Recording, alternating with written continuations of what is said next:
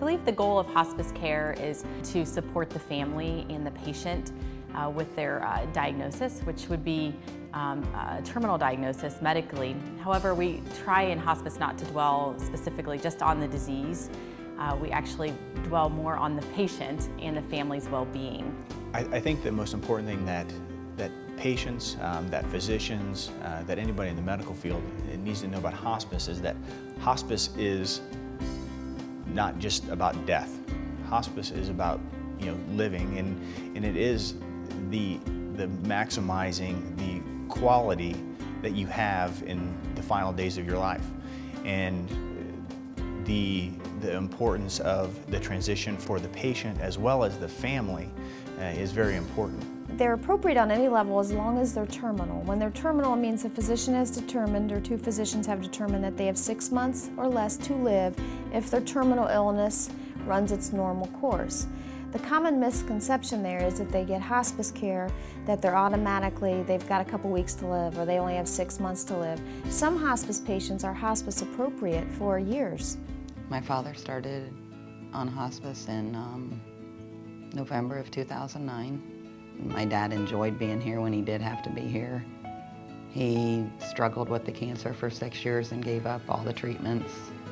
And then we started with the home service, and then we ended up here in and out with the respite. The inpatient center was awesome. You can come in for 5 days and stay. They treat you, the whole family, not just the patient, the whole family.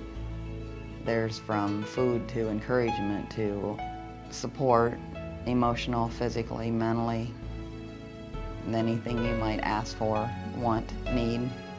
They have different options when they choose hospice care, when they decide on end-of-life care. First of all, they can go home on hospice.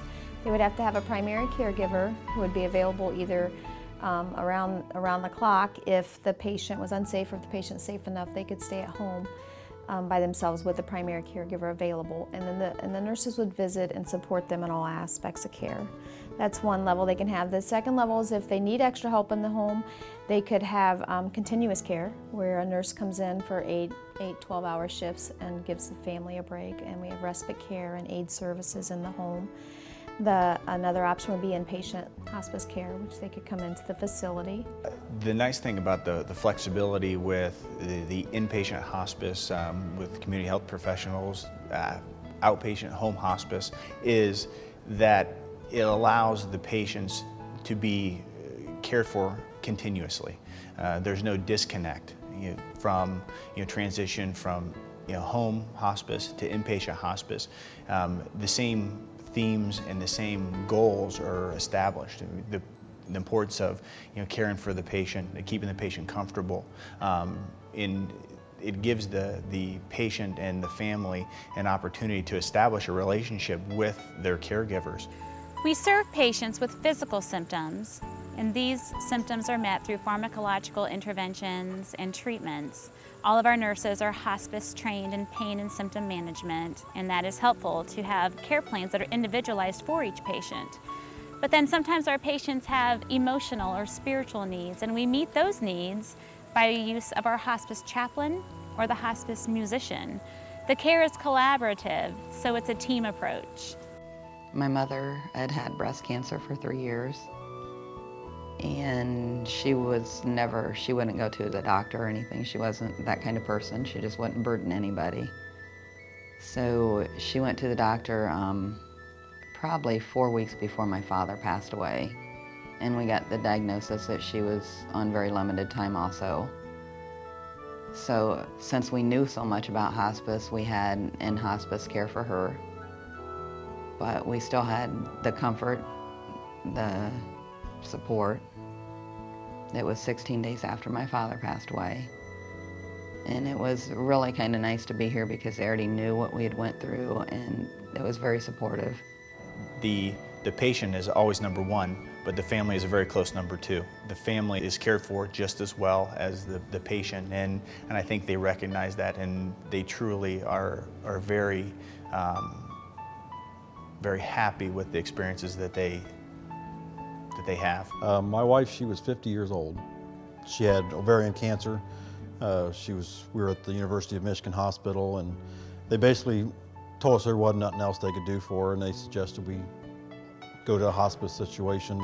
Pretty much the whole time we were here, we used all the facilities that they had to offer. They got a beautiful chapel.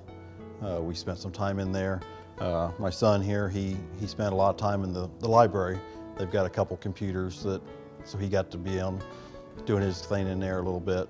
The cafeteria they had down there always supplied us with cookies, and always made sure that we had plenty of food to eat. I spent several nights here with my wife, and obviously, you need to get a shower in the morning, and they have facilities for that too. We have a family kitchen. The family kitchen is for families to bring in their own food. There's always coffee in there. There's a refrigerator for their own beverages. Then they can congregate. Now, we've had a couple birthday parties in there for family members. We also have a facility kitchen in which our cooks will cook for families, and they cook for patients. And they can meet there. We have a family living lounge where it has a couch and another love seat and a recliner and another TV, and we've had that pretty much full a couple times. And then we have our main entrance where it has the same place. Lots of places for families to congregate so they can be together and they don't feel like they're on top of each other. When my stepdaughter got married, Lussie was up here, and we had to worry about whether she was going to be able to make the wedding, because she was having good days and bad days, and that was her goal, was to make the wedding. The people here, the staff, they helped get her ready so she would be able to make the wedding. Of course, I would have understood if she was unable to attend, but it was very important, to me and my husband to have her there. And it was so overwhelming when I was walking up the aisle. I knew she was there, but as I was walking up the aisle and she stood up out of her wheelchair, and I just about lost it then and there. I didn't think I was going to make it through the rest of the ceremony. But it was so wonderful that she made it to the ceremony, and that she was so well rested and well taken care of, that was possible. Overall, the entire experience with the community health professionals was wonderful. I can't say enough wonderful things about everyone who works here and everyone we were able to interact with while Mom was here. Everybody was so understanding. With it being such a difficult time, it was, you never know what to say or how to act. And, they're very understanding and caring, and they help you through that, because they do understand, and they are able to comfort you, and it was wonderful.